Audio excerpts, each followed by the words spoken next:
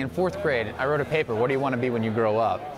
And I wrote this little thing that said, I want to be the guy who does the monsters for Dungeons and Dragons. So sure enough, I was working towards that goal. Went to art school, which was great because you didn't have to do any real work, you just did artwork.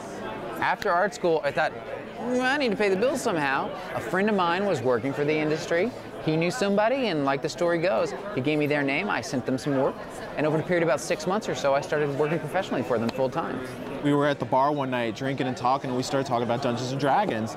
And we're like, let's go play, let's do this. So we went, we started playing, and everybody had me, oh, Tony's the artist, have him draw the characters. So I started drawing the characters, and we're like, do they still make this game? In fact, I thought gaming wasn't that big. I thought it was big in the 80s, so that's when I played it. And I really was totally surprised that in the 90s, and probably even more so now, that you have generations of people growing up playing the game. So it's just totally expanded. I've gotten into more because of the artwork, talking to the different artists.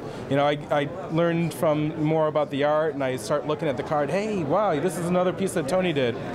This is a portrait by Scott Fischer. I buy something from him practically every year I come here. I've been coming for 4 years now, and it just looks really, really nice. The fans are absolutely amazing. I mean, what other job as an illustrator can you meet the public? I mean, the person who does the cover for Time magazine, who knows who that guy is? Nobody lines up to get their autograph. I had him sign a D&D book, the player's handbook for me.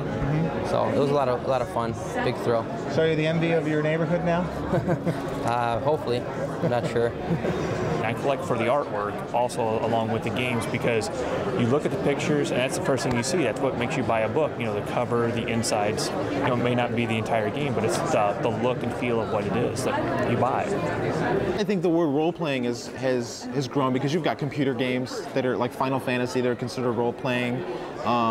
You've got there's a lot of fantasy in the media in general. You get these big waves of it that kind of come and go, and I think we're kind of knee-deep in a wave of fantasy with the Harry Potter books, the Lord of the Rings movies, obviously. Star Wars is really kind of a fantasy more than a science fiction.